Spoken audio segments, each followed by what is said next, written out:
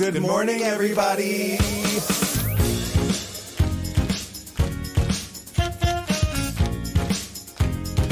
Wake up. Wake up, wake up. In Provincetown. This week featuring Wake Up, Wake Up. Can I have some coffee? Wake up, wake up. Make it strong, please. Hey. Ho. Hey. Wake up, wake up. No, really, can I have some coffee? Wake up, wake up. Good morning, everybody. It is the 5th of May, otherwise known as Cinco de Mayo. Feliz Cinco de Mayo. Thanks for joining us. This is Wake Up in Provincetown. My name is Bob. I'm Harrison. And we've got a wonderful show for you today. Harry, tell everybody who's on the show. I stopped by and chatted with people at WOMR. We have a video of that. I also checked out the comments and talked to Mary Gallagher, who is a really brilliant jewelry designer. Mm-hmm. I have a video of that. We also have our intrepid weather girl, Ann Hutchinson. Mm-hmm. Yeah, we have Brian Calhoun coming in for a killer marimba performance and also a chat about everything he's going on this season. Mm-hmm. And also Carmen and Sam from Babes and Boys to chat about how the last serve here at Provincetown Brewing Company went and everything they've got planned for the summer. Mm-hmm. And we also have Miss Cocktail a video of Miss Cocktail to chat about the app promo, I guess you would call it, for Test and Treat. Cocktail, the reigning misspirited mistress, correct? Yeah. Gorgeous. Fun. We better get right to it then. How was your week? My week was good, fine. Just good. Fine? Well, I went back to work. Is good better than fine, or is fine better than good? Good's better than fine. All right, then your week But I went back good. to work, which is great. Oh. I love working. I love making. Well, I love doing things and making money and having money to spend. Mm-hmm. But you know, I think the Republicans might have been right. I don't want to work. You mean Kim Kardashian? Kim Kardashian's right too. I don't want to work. Well, it's hard after 6 months to go back to work, I have found. Well, I've been working a bit through the winter. It's the long days. My feet hurt, but your feet get used to standing up for 12 hours. It's your soul that doesn't. Yeah. It is nice that my job is imaginary. I mean, why don't you just get a real job already? I know. A reminder that the opinions held by the host of the show do not reflect our sponsors or our production staff. Everything said on the show today is the opinion of the two people sitting here. Yeah. And just the two people sitting here. Yeah. But being back at the Write-In actually was really nice. It really is like riding a bike. Like, I'm like, do I remember how to do this? In 5 seconds in, I'm like, oh, I do. Yeah, muscle memory. Yeah. And at least the first week, it's all regulars and friends and locals, you know. Yeah. And it's not hot yet. Yeah. And one thing I do love about the Write-In, it's already happening, is you have regulars in a weird way, where normally you'd work at a restaurant and regulars would be people who come in once or twice a week, a couple times a month. But at places in Provincetown, you get like, oh, it's the last week of April regulars. Mm-hmm. Like, it's regulars who you see like once a year, but they're always there during like Bear Week or Carnival or Family Week. So it's nice to see all those friendly faces back. Yeah. How was your first week back at work? Same. Excellent. Wonderful. Had a really good time. Good. Nice to be back in this space. Like, because, you know, our job used to be a 9-month job. Now it is a 6-month job.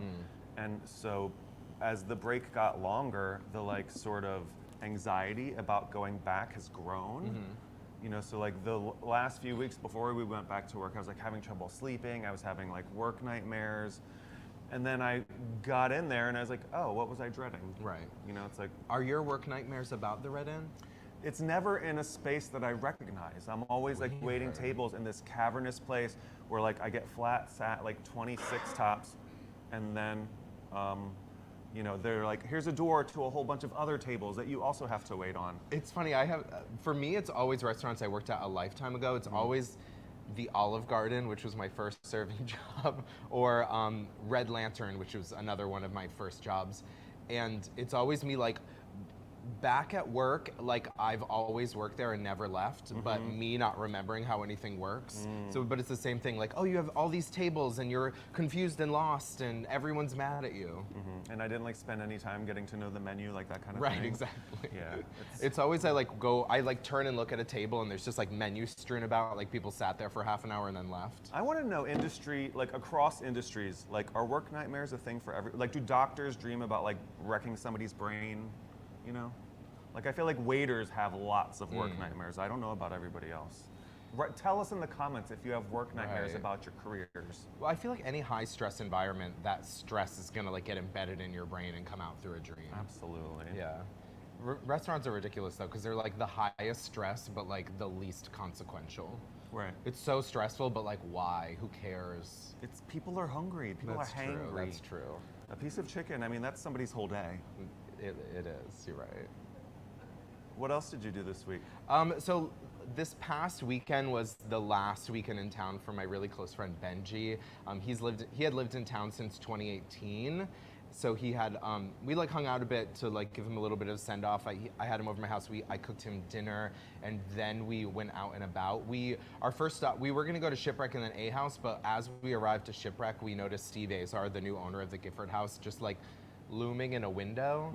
It looked really weird because like there's that round room on the corner of like Bradford and we like went to go park our bikes in the Gifford house bike thing, and we look up and there's the light on in this empty room. He's just like standing in the middle of the room like looking around. Oh, but not out the window at you. No. Oh. So we finally got we finally got his attention. He invited us inside and it was actually really fun. He took us on like a full half-hour tour of the entire space. Obviously I'd been in Porch Bar, the like lobby area that had been the piano bar area, but I had never been upstairs into any of the rooms or the hotel. Never? No.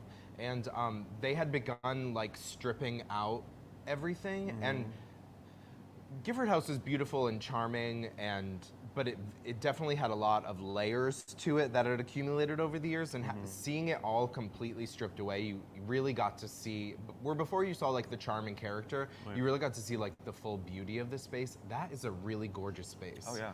And I think once they get all the work they're gonna do done, it's gonna be gorgeous. I mean, already so far.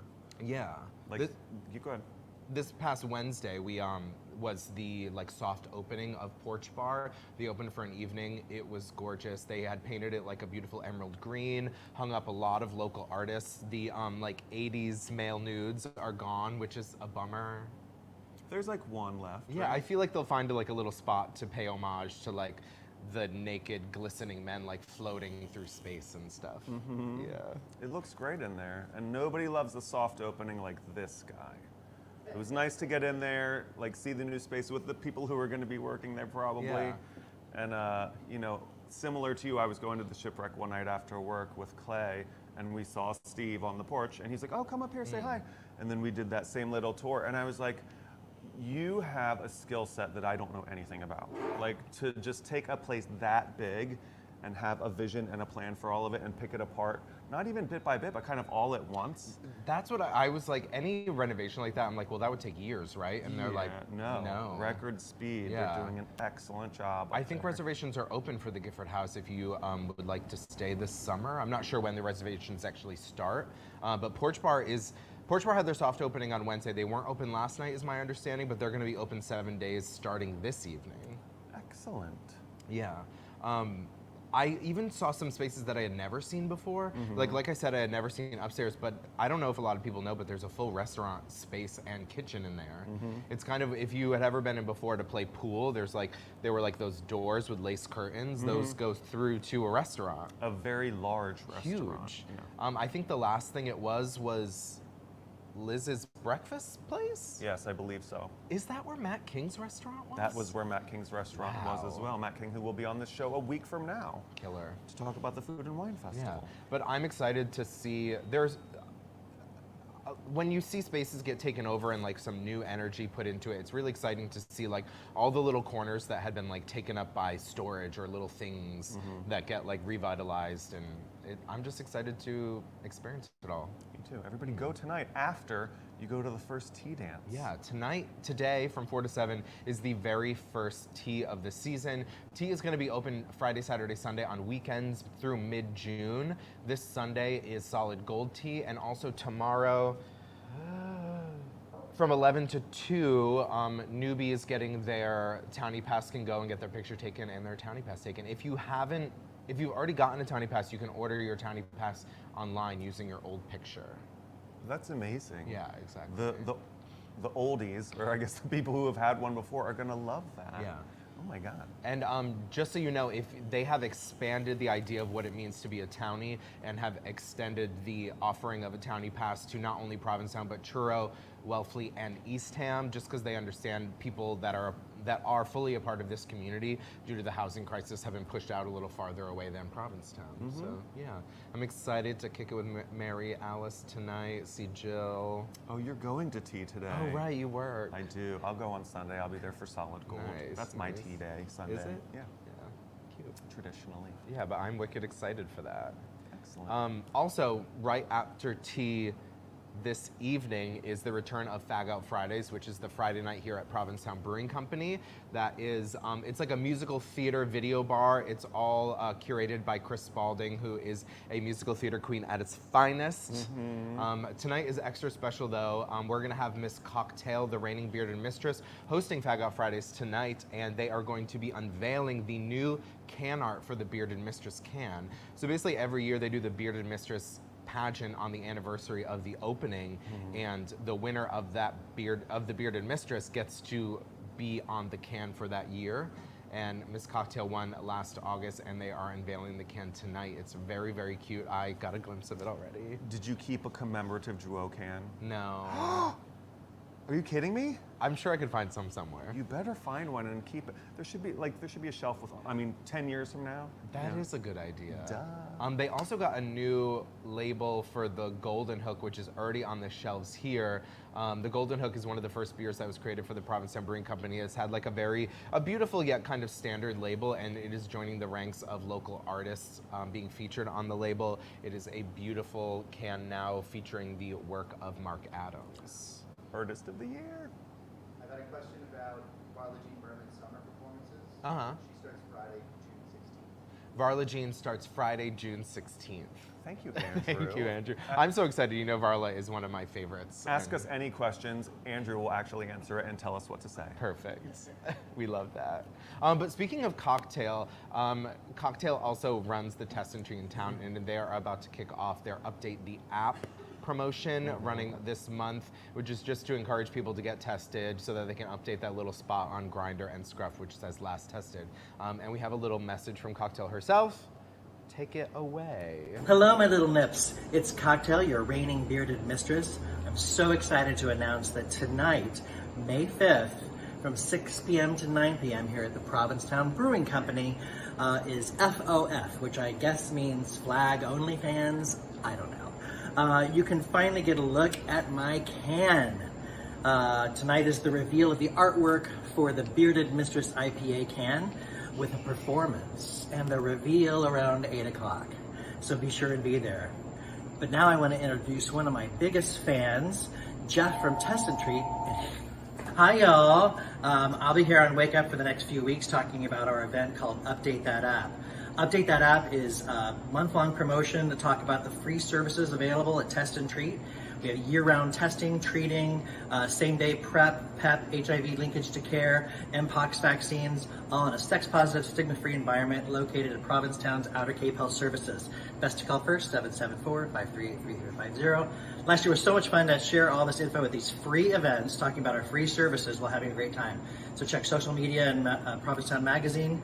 We're going to have nothing tonight because, we're all going to be at the Bearded Mistress reveal. I'll probably be front row. But Wednesday, May 10th, at the Post Office Cabaret and Cafe, 7 p.m., we're going to be cornholing. So we're going to have cornholing there. There will be food and drink available for purchase. So we'll see you there, and I'll see you next week.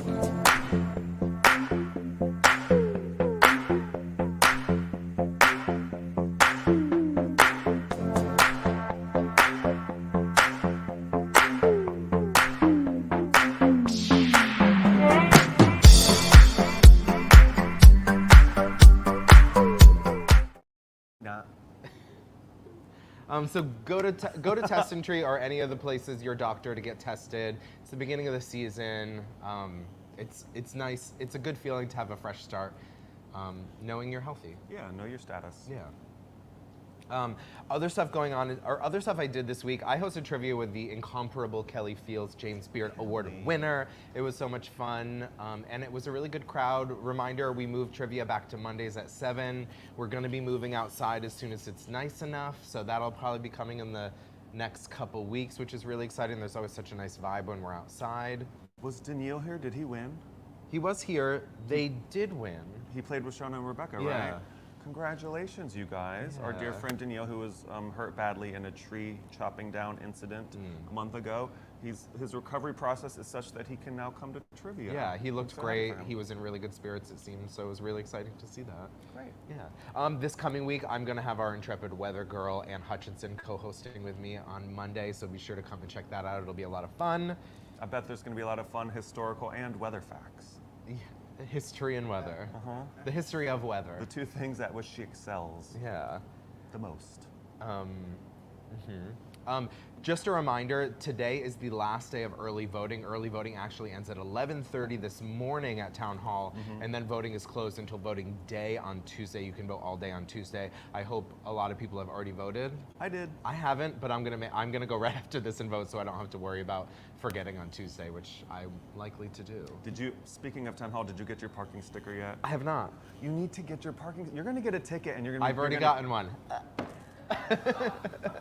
Somebody who gets a free sticker for serving on a town board and you didn't get your sticker yet. Okay. You have to upload a photo of your driver's license and registration onto the website. It says you have 16 megabytes. It can be up to 16 megabytes. Both pictures are 1.6 megabytes, and it keeps telling me they're too large. I don't know what to do. And if I can't handle it, if I can't figure out this technical issue, I don't understand how other people are. You could probably just go to Town Hall downstairs to the parking department and say, can I have my sticker? Maybe I'll do that while I vote today. I think you should. It's just on a different floor of the voting booth. Right, and I'm really hoping at this very moment that Johnson Street is not a resident-only parking street. Because that is where I am parked. Please don't give me a ticket. Let's wrap this show up so you can move your car. Right, exactly. Yeah, but I'm gonna do that. Good, do that. There's a ton of other stuff going on this weekend. Rufus Wainwright is at Town Hall this Saturday night at 7. Tomorrow. Yeah, that is a Payamet production, so you can get tickets at payamet.org. Also, link in description. Also on Sunday from 4 to 9, they are doing a free reggae concert at Town Hall, so definitely stop by and check that out. And also the 20 Summers kickoff this Thursday, May 11th at 4 p.m. That is also free. Go to 20summers.org to check all that stuff out. It's going to be at the Crown. It's going to be a lot of fun. Yeah.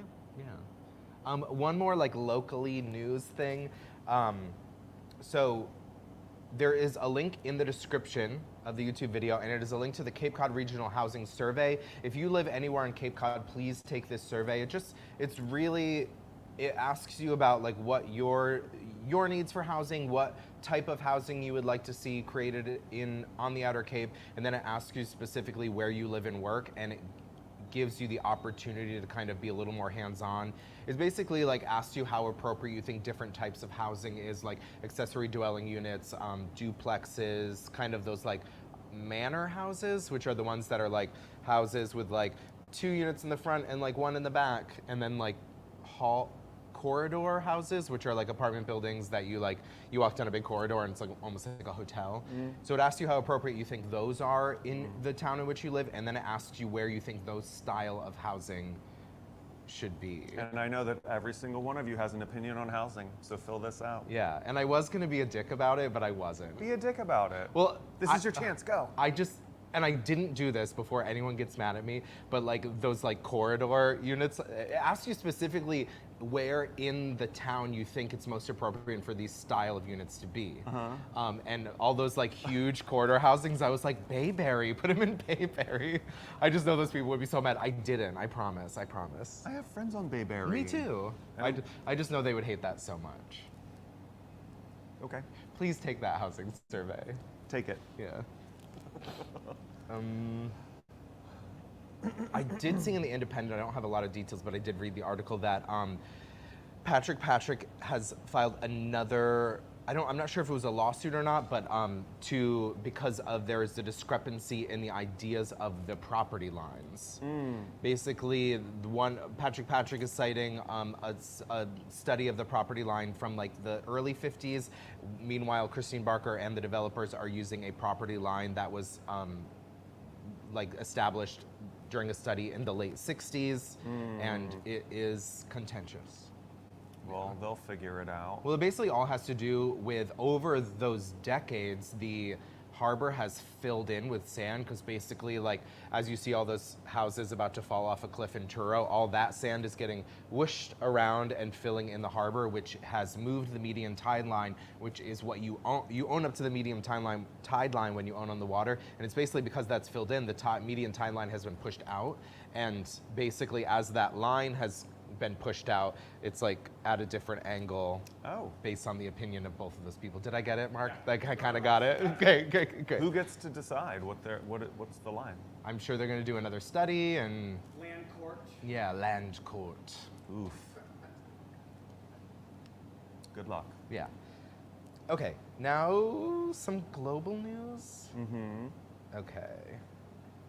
Who should I start? We spoke about Zoe Zephyr last week, who is a Montana lawmaker who is trans. She got removed from the legislature after speaking out against Republican lawmakers who were supporting an anti-trans bill. She basically got booted because she had said that if Republicans were to look down, they would see blood on their hands, because these types of bill does cause a lot of mental health issues in trans youth, which leads to suicide.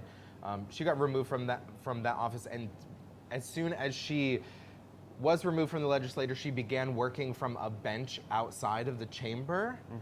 And then this past Monday, a group of women, we'll call them Karens, decided to occupy that bench so that Zoe would not have a place to work. So basically they got there wicked early in the morning, filled the benches, and then when Zoe Zephyr arrived, she did not have a space to work, so she began standing. She tweeted, "Some folks showed up early this morning and sat on the public benches near the entrance in the house, so seat 31, which is her seat, has moved. I'm up and ready to work. Plus, I hear standing desks are all the rage these days," because she had to work from like a lunch counter. The next day on Tuesday, a group of gay men arrived to sit on the benches even earlier than the Karens in order to reserve the benches, and then they relinquished that to Zoe Zephyr, including the president of Montana Pride. So, yeah. What's a group of Karens called? A complaint? A Kraken? A Kraken of Karens. But thank you, Zoe Zephyr, for staying so dedicated and not giving up. I know it's really hard, especially when you have all these people against you. Just know that there are a lot of people on your side as well. Both her and her partner both also got swatted this week. If you don't know what swatting is, it's basically when people find out where you live and they basically call in something that is happening that makes a SWAT team show up. They basically like, oh, they're doing this or they're doing something crazy, which causes a SWAT team to show up with a bunch of guns and point them in your face. They did that to not only Zoe Zephyr this week, but also her partner, who is also trans, who runs a really great TikTok that covers queer news and trans rights issues. Jesus. Yeah, so fuck those people. Montana? Yeah. So this past week, it was announced that the Writers Guild of America is striking for better compensation for its writers. There's immediate consequences to this. A lot of your weekly shows that get written on the fly kind of thing get canceled immediately. So like late night shows like Jimmy Kimmel, Jimmy Fallon have gone dark, as well as Saturday Night Live. We'll probably be feeling the repercussions of the strike for years to come, but it's my opinion that this strike is necessary and that writers deserve better compensation. Basically, this comes from the change from broadcast television to streaming. Basically, there was residuals built into contracts around broadcasting. Right. So like say you wrote Full House is probably playing right now on a channel. The writers of those shows continue to make money. So the bigger the hit a broadcast television show is, the more money the writers make, and the longer it airs, the more money the writers make. And basically with the switch to streaming, they didn't work all of that into the contracts. Because all the contracts were built into this language of broadcast television, they just didn't, they're not paying writers basically for streaming television. Like, writers get paid a flat fee to write something for streaming, and if it's a huge hit, or if 5 people watch it, they make the exact same amount of money. Yeah. Yeah. I have a lot of writer friends in Los Angeles who are picketing right now and sending you guys lots of love and support. One specific story, my friend Kat was asked by some producers. They were like, "Hey, why don't you write us, pitch us an outline? Here's a story. You are the writer for this. We love you. We're familiar with your work, but on spec, which means for free, just write us an outline how you think this should go." That's bullshit. I know where this is happens going. all the time. She submits it, and they're like, "We love it. We're obsessed with it. It's perfect. Just tweak a couple more." This process goes on for like 6 months, where she continues to work on it and submit it back to them, and they keep telling her that it's great. Then they go to pitch it to a network or a streaming service, and then they're like, "You know what, after all, this didn't work at all, sorry," and then totally ghost her. And she's like, "I just did 6 months of work and got $0 for it." Does it ever come out that the show then gets created, or is that? I mean, it better had not. Right. It's just the way writers are getting treated these days it's just unconscionable and unacceptable, and I hope that the strike works. I hope they get what they deserve, which is a living wage. Right. Like fair pay for the amount of work that you're, like $0 for 6 months of work, like that blows my mind. Like, who can afford that? Nobody can afford to do that. Yeah, so they're seeking base pay increase as well as a new deal on residuals for streaming. And they hope to address concerns about AI. Oh yeah. Within this as well. So. Yeah, like the writers don't want any robot to ever get a writing credit on a project. Like the fact that you have to write that into a contract and that somebody's trying to fight against that is scary. It's like 1984. This is scary shit. Right. And also, it's like, you would think shows that are already in production or things like that, the shows that have already been written won't be affected, but it is customary to have writers on set to do rewrites, do things like that, to do, what's the word? Show running? Is that a thing? Yes. Okay, good. What is a showrunner? The showrunner is the person who runs the show. It's like the headliner. And keeps it moving in the right direction, kind of here's the direction of this show. I get it. So when this happened in 2007, a lot Heroes got canceled. I know people were a bit upset. Oh, Trevor just groaned.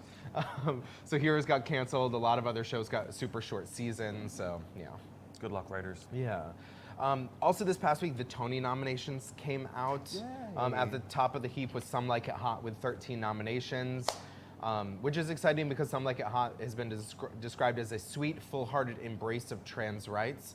If you know the story of Some Like It Hot, it is the story of 2 men who disguise themselves as women to join an all-girl band as they flee a mob hit. Or not a mob hit, they witnessed it's Sister Act? It's Sister Act. Okay. It's basically Sister Act. Some Like It Hot. Sister Act is Some Like It Hot with nuns. Some Like It Hot. Where Some Like It Hot is with drag queen, or not with female impersonation. Sister Act is with nuns. Right. In the likelihood that you're not familiar with the original source material, Some Like It Hot, the film, Sister Act is based on it. Right. Thanks, Mark. But they did do a little update of the script, and of those 2 men, one of them basically just discovers their transness through dressing up and celebrating their femininity. So it's very timely and a perfect place to support trans people, which is Broadway. Shucked also, I think that got 13 nominations, and I think there was a small group of shows that got 9 nominations each. Shucked was one of them, which I don't know the plot, but it is a musical about corn. Yeah. I have seen a video of one of the stars singing their song, which was Alex Newell. I'm a big fan of Alex Newell, a really incredible vocalist. They were also nominated for Best Featured Actor, which is there's 2 actors this Tonys that got nominated who identify as non-binary. Alex Newell, who got Best Featured Actor for Shucked, and J. Harrison Gee, who got Best Leading Actor, who was nominated for Some Like It Hot. So basically, they asked performers to choose which category they would be submitted for. The actors who identify as non-binary. There was one actor who decided to not submit because of that. They basically were like, this doesn't work for me, so they did not submit. But Alex Newell and J. Harrison Gee both got nominated in actor categories. Other notables who got nominated were Ben Platt for Parade, Josh Groban for Sweeney Todd, Annalee Ashford for Sweeney Todd. I've got to see Sweeney Todd. That looks better hurry. So, is it limited? Well, if you want to see the two of them. I mean, I guess I do. No. And also Sarah Bareilles got nominated for Into the Woods along with Brian Darcy James. Good. Yeah. Bad Cinderella received no nominations, which was the new Andrew Lloyd Webber show that basically, the idea is that Phantom closed so that Bad Cinderella could move into that, and now it got no nominations, which, especially as an Andrew Lloyd Webber show, I imagine that does not bode well for them. Probably not. Yeah, everything about it that I've seen seems really cringy. The music doesn't seem great. The way they marketed it seemed really, it seemed like really out of touch people trying to be cool. So maybe Phantom will also make history by being the fastest show to be revived on Broadway. Right. Just bring it right back. So, but the Tony Awards are going to be held on June 11th and hosted by Ariana DeBose. Fun. We'll see if we get another She's incredible gonna do a performance. thing. If the writer's strike Right. is up by then, yeah. It's a little more than a month from now. Yeah, but I do think Ariana DeBose probably wrote that thing she sang for the BAFTAs herself. Yeah. I think I have one more news story. It did come out yesterday that a civil lawsuit has been filed against drag performer Shangela Lawsuit yesterday. A former production assistant has accused them of raping him in a Louisiana hotel room following a rap party of the HBO series We're Here, in which Shangela is a host. Shangela has adamantly denied all charges in a statement to the media. But Daniel McGarridge alleged he accompanied Shangela to his hotel room to help pack after the party, and that she provided him with alcohol. And then after he was like, I'm not feeling good, this alcohol is hitting me, and she was like, oh, lay down. And then he fell asleep and woke up allegedly Shangela having poured poppers on him and was attempting to penetrate him. Oh, never mind. Yeah, don't do that. He said I was just going to say, is pouring poppers on people the way that you use them? No, they usually it is not. stay in the jar. They should. I've heard, allegedly. He said that he adamantly said no, but he was unable to fend off the attack. He said he did not come forward sooner because he feared that he would lose his job. But coworkers at the time did say that he had told them about the attack. The production company is also named in the suit and has also denied allegations along with Shangela.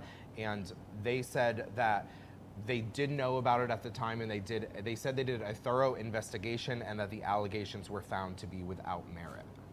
But Shangela has been removed from the upcoming season of We're Here. No? No. Oh. There's been no I thought other. that's what you said. No, there's been no other statement. Oh. Well, hopefully justice is served. Exactly. Okay, let's move on to a tape. So this is WOMR. I stopped by and chatted with a few people there. Take a peek at this. It's really great. Good morning, everyone. We are here on Commercial Street at WOMR with John and Ashley. Thank you so much for sitting down with me today. Sure. Thank you. So we're just ahead of Ashley's set, about to go on in a few minutes. Tell me a little about, Ashley, how you came to Provincetown, what brought you to WOMR? I really live on the Mid-Cape. Oh, awesome. So I come up here on Tuesdays. I've always liked radio. We had a really cool college radio when I was in college. And then when I was in grad school, there's a really good community radio station in Madison, Wisconsin. And so then when I settled in here, I was like, let me be a part of this radio station. You're like, let's find a good one. Yeah. That's incredible. So what's the vibe of your set? What do you like to play? So I play new music by independent artists, and it can range from rock and roll to electronic to hip hop.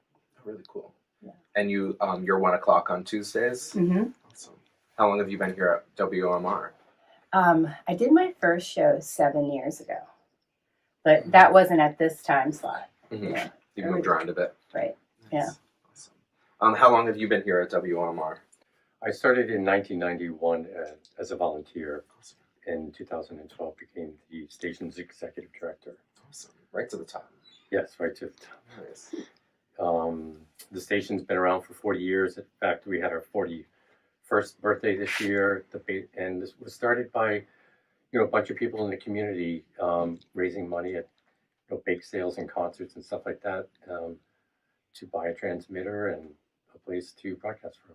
Oh wow! And now it's become this huge thing. We're all grown up. Yeah, I noticed out front you have quite the CD collection. We have many CDs, records, just CDs and records, reel-to-reels, but no tapes, no cassettes.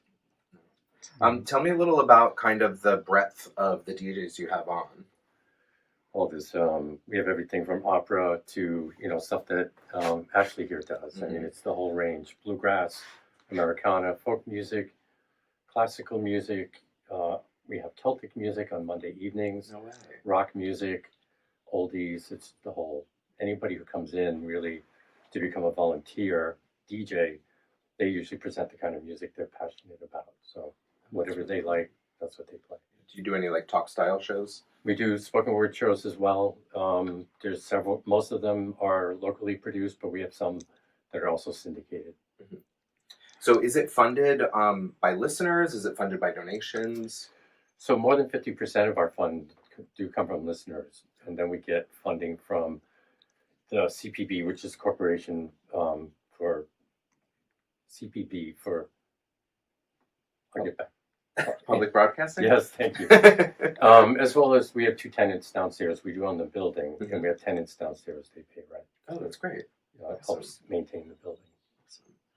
So y'all are airing 24/7 24/7, yes. live DJs for all of it, or is there live DJs sections? is closer to 18 hours, I guess. So Wow. midnight to 6 a.m. is usually pre-recorded. Nice, awesome. Well, thank you so much for sitting down with me today. I'll have my viewers maybe send a donation or two, and tune into WOMR. 92.1 FM.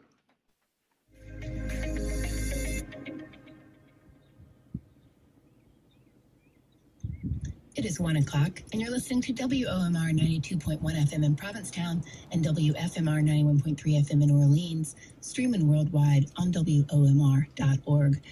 My name is Ashley, and it's time for Slack Tide Sounds. If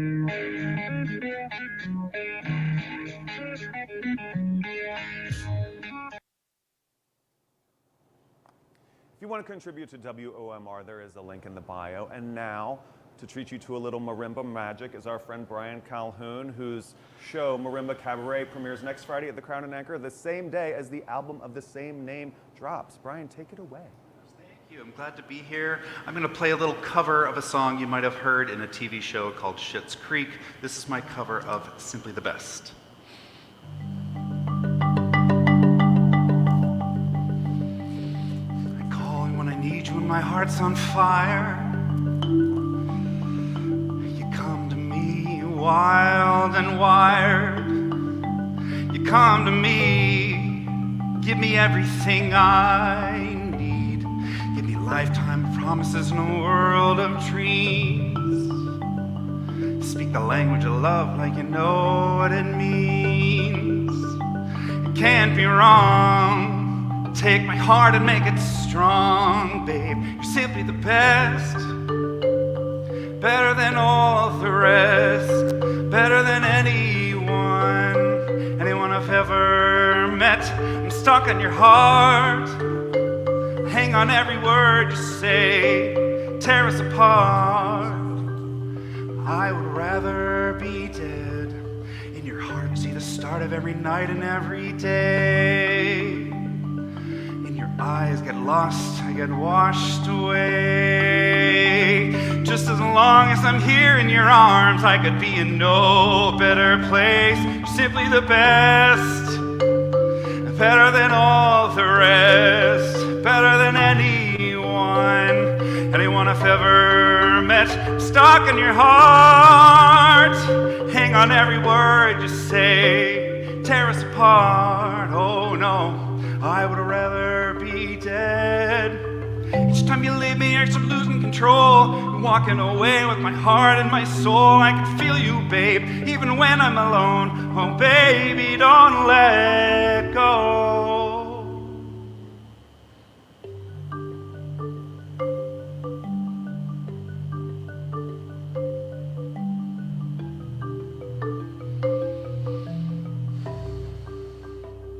Simply the best,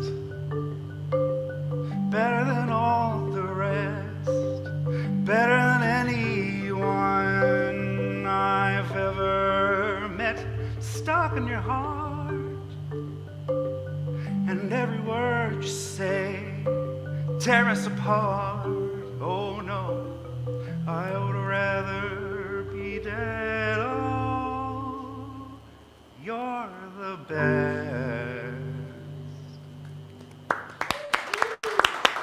Excellent.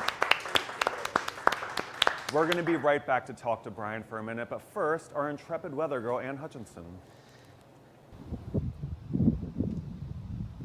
Hello, it's me, Ann Hutchinson, your weather correspondent, and as usual, I have been busy learning about the weather this week, and what I learned this week is that the weather changes through time, which I suppose is why you hired me to report on the weather every week, through time. But time is of the essence, so thank goodness the Cape Cod Regional Transit Authority is offering, starting today, expanded bus hours for the Outer Cape.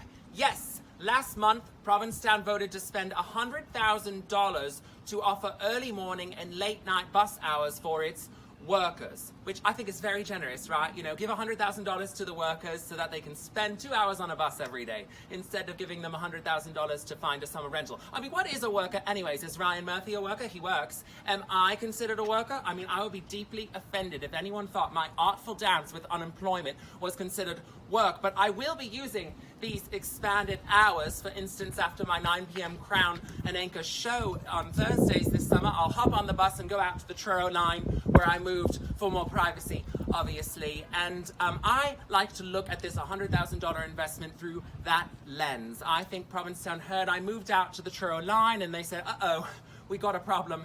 Anne's gonna get real horny out there late night alone, so they invested $100,000 to just bus men to my front door. So please, worker or not, know that the last bus leaves Provincetown at 1:36 a.m. and you'll only really have to fuck me for 3 hours because the first bus leaves for Provincetown at 4:40 a.m.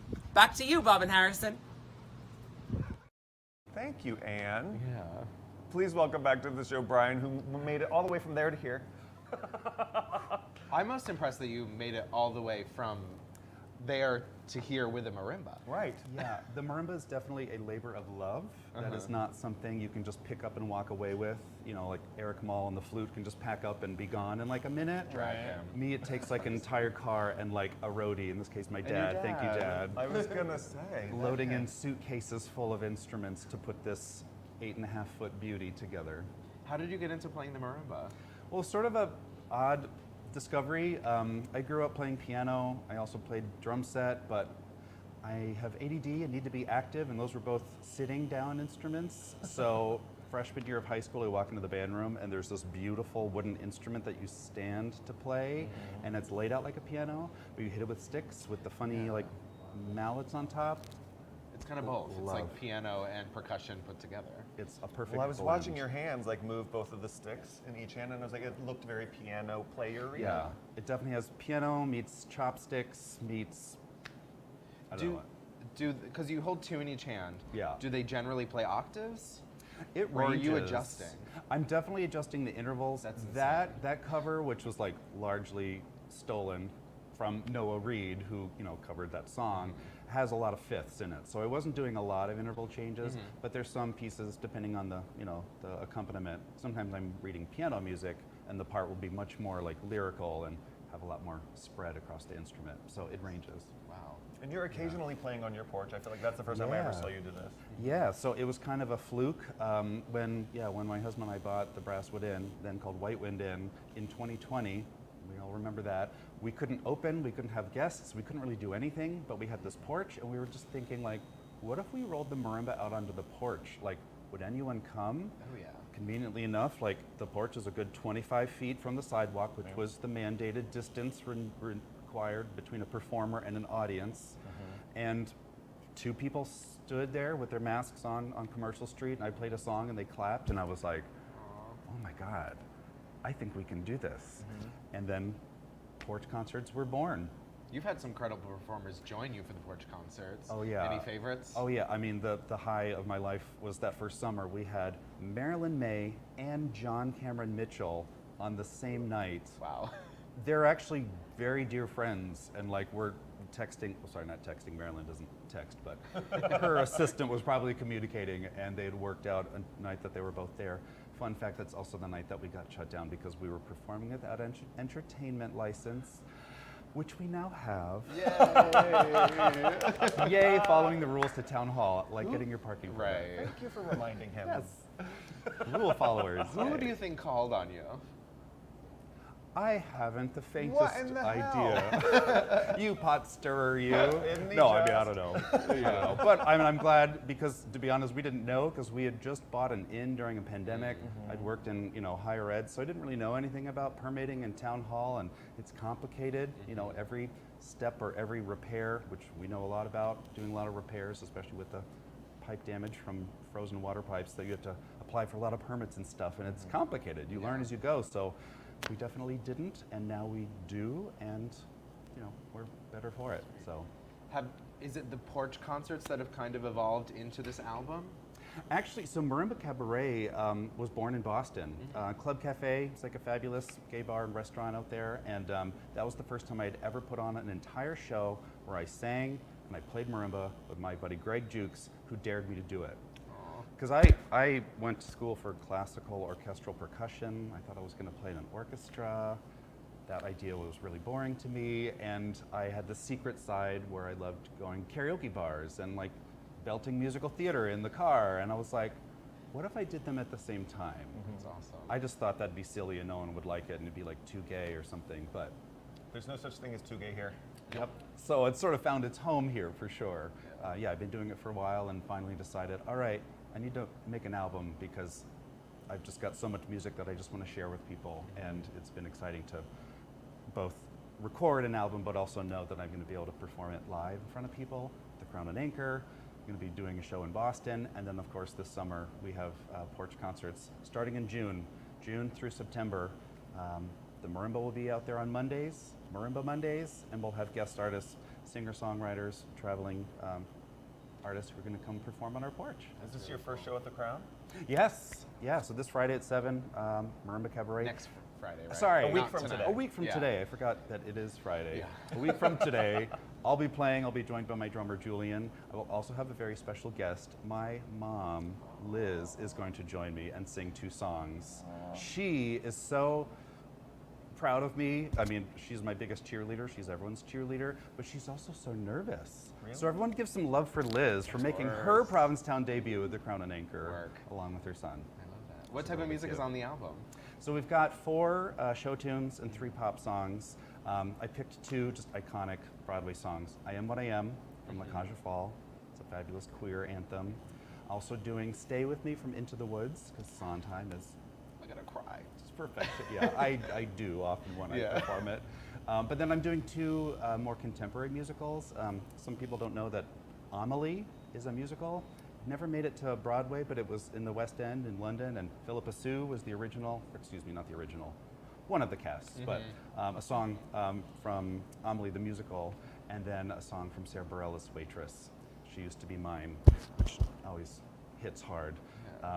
On the pop side, I'm doing Joni Mitchell's River, which, fun fact, that marimba, or excuse me, the piano accompaniment to Joni Mitchell's River lays perfectly on the marimba. Oh, awesome. You'd never guess, but like I'm playing literally what she wrote, and I don't have to touch a thing. So the marimba can sort of steal from a lot of different instruments. I've performed that song a few times at the Christmas show. Oh, well, we'll have to do it on our porch. I probably wouldn't do as well as you. Oh, no, I'm sure we'll make it work. Yeah. Oh, and then in addition to the Simply the Best, the last cover is a Taylor Swift cover. I did something bad. which is heavily inspired by, do you know the Shoshana Bean and Cynthia Cynthia Erivo Erivo cover? When that came out, I was obsessed Me with that. I was too. listening to it on loop. Me too. And anytime, I don't know if this is like a selfish thing, but anytime I hear like music that I love, I just need to like make it mine and do it. So I made a marimba cover of their cover of Taylor Swift's I Did Something Bad. That's so exciting. And it's fun to kind of feel like a badass. Oh, I'm sorry, can you swear on the show? Trust me, you can. All right, you've been. Yeah. Okay. We have them. Thank you so much for coming in Yeah, and playing thank you for for us having today. me. I look forward to your concert next Friday at the Crown. Awesome. Ticketed? Yeah, but it's a donation. Great. All the proceeds are going to Gays Against Guns and the ACLU Drag Defense Fund for reasons I don't need to explain. But yeah, it's $10 in advance, $15 at the door, but anyone's Friday, welcome. May 12th at 7 p.m. at the Crown and Anchor. Go check this guy out. Thank you so much for schlepping that thing over here this early in the morning. My pleasure. Thank you, guys. Now take a peek at Mary Callahan. She is a brilliant jewelry artist working over at the Commons. I chatted with her. Check it out. Good morning. We are here with Mary Gallagher. She is a jeweler and she is here this season at the Commons. Thanks for sitting down with us this morning. Thank you. You're fairly new to P-Town. You've been here a couple of years? Yes, well, I've been coming to the Outer Cape since I was a baby, so for mostly Wellfleet, now P-Town. Nice. What made you want to land here in P-Town? Well, it was a lot of luck, obviously, with housing and You everything. need luck. Yes. So I'm just very happy to be here. I mean, P-Town is a wonderful place. I've always loved it since I was younger, so. Nice. What made you get into jewelry making?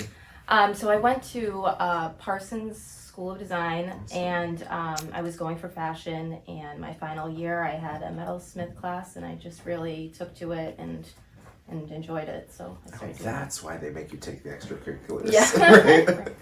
Oh, that's really cool. Awesome. What are the challenges of jewelry making? Because I imagine it's tough to get into. It's a lot of technical things. So what are the kind of like challenges of working with that medium? Well, I think it's just, there are so many different specific things you can be good at as a jeweler, whether engraving, stone setting, so just kind of having a little bit of everything is what I've learned to do. Nice. What's your thing? Like I mostly make all of my things out of wax carvings. A little bit of 3D modeling, but so mostly I really just like to work in wax and the sculptural aspect of that. Oh, cool. I didn't even realize that was a part of jewelry making. What do you mean by wax? I can show you some of it, but it's jeweler's wax, so it is it's more like this. Oh, wow. So this is just like a little carving that I made, and it just becomes so delicate at that process, so it's difficult to keep it all together. That's really cool. Awesome. No, I really love your work. You have like kind of a unique aesthetic.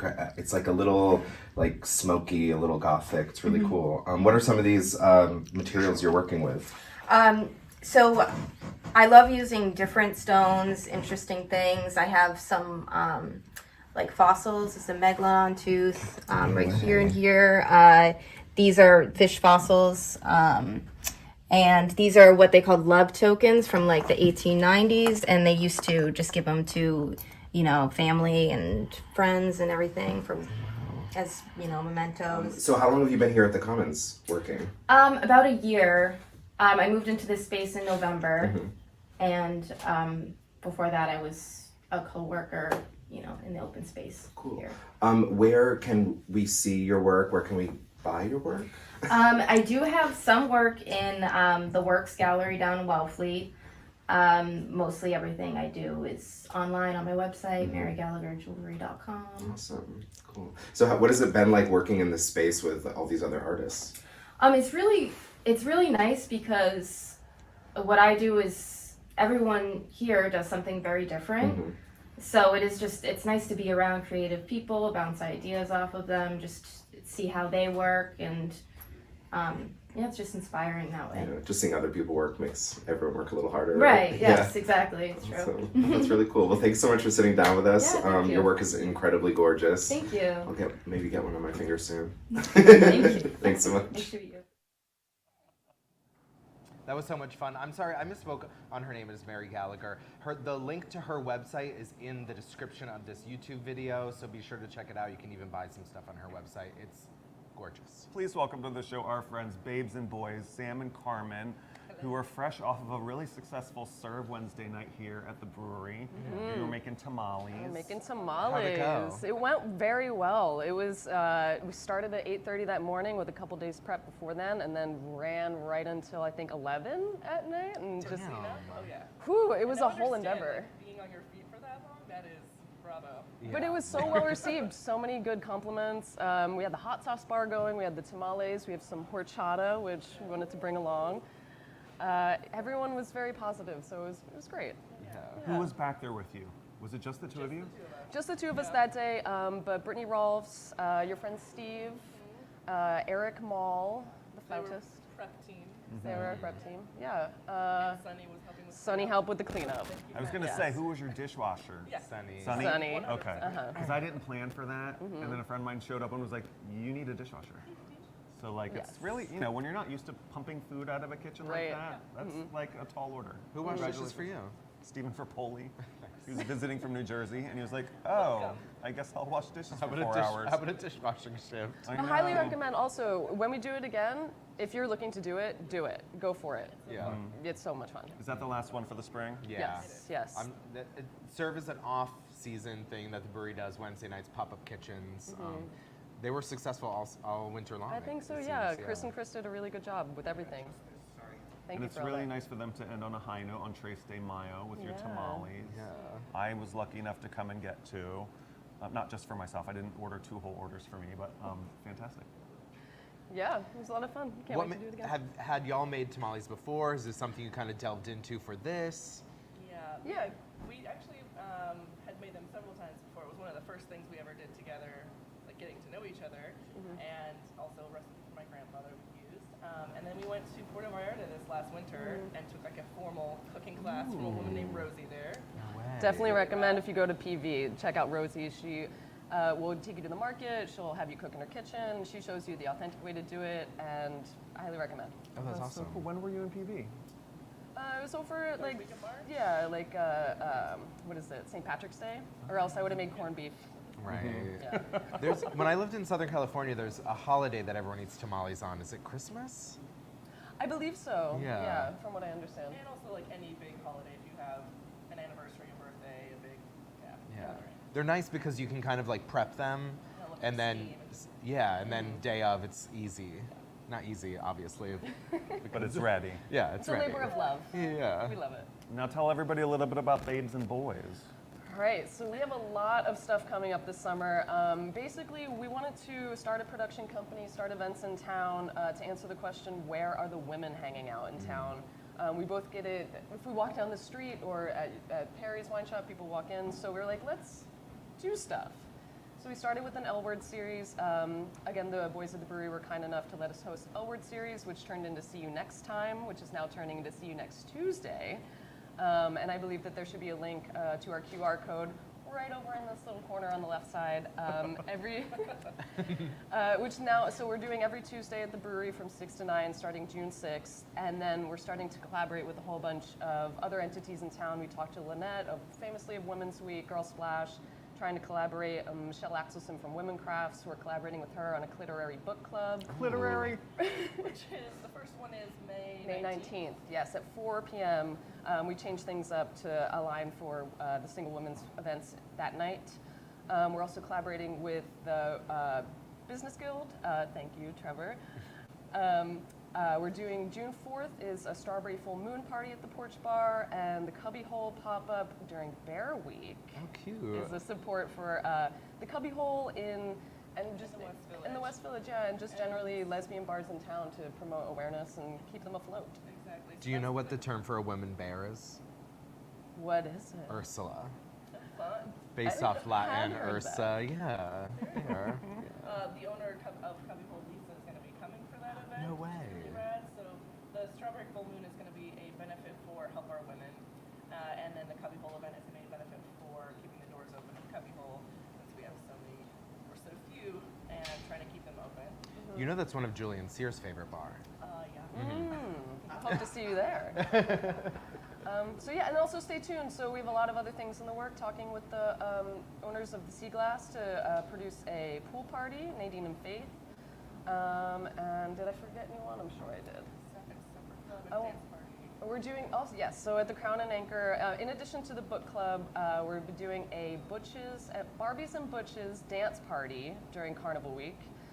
And that is, what day is that? The Wednesday of Carnival. Wednesday of Carnival.